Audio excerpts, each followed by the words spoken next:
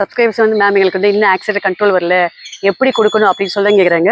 இப்போ வந்து எப்படி நம்மளோட ஸ்டூடெண்ட் வந்து எப்படி ஆக்சிடென்ட் கண்ட்ரோலுக்கு வந்து எப்படி கொடுக்குறாங்க, எப்படி கம்மி பண்ணுறாங்க, அதை தான் நம்ம பார்க்க போகிறோம். எப்பவுமே ஆக்சிடென்ட் கண்ட்ரோலுக்கு வந்து இந்த இந்த இந்த கோடு இருக்கும், இந்த எட்ஜில் இதுலேருந்துமே உங்கள் முட்டி இதுக்கு நேராக வச்சுக்கோங்க.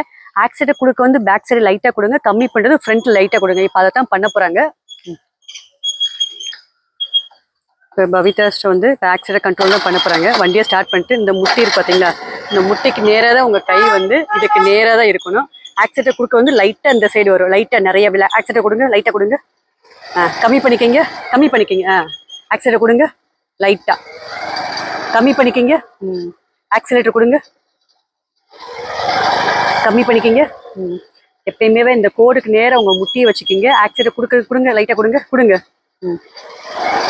கம்மி பண்ணிக்கிங்க.